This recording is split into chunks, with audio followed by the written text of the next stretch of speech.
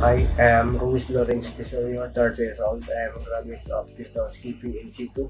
I've been a Ramatindan for about 4 years at Astoria Plaza and Astoria Palawan up to present. I am a professional boxer, former Suffer Light Flyweight Philippine Champion. Pangarap ko po yung pagbabarko, so sakto po meron pong ino-offer sa amin si Surfing about sa pagbabarko. So agad ko po itong gigrab yung opportunity na ino-offer sa amin. So, agad po akong nag-enroll sa ACHI ng Gali Utility.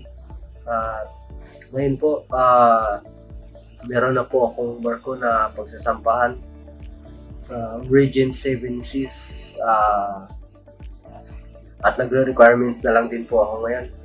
Kaya po, nagpapasalamat po ako ng sobra lalo kay Surfing, kay Mambing, kay Sir Danny, then kay Chef Pedro. Lalo na po sa ACHI, bumuo ng ACHI. Masasabi ko lang po sa mga gusto rin pong nangarap kahit na gaano kahirap at kakayanin po natin yan para po sa ating pangarap. Yan po, maraming salamat po ng sobra and God bless po sa ating lahat.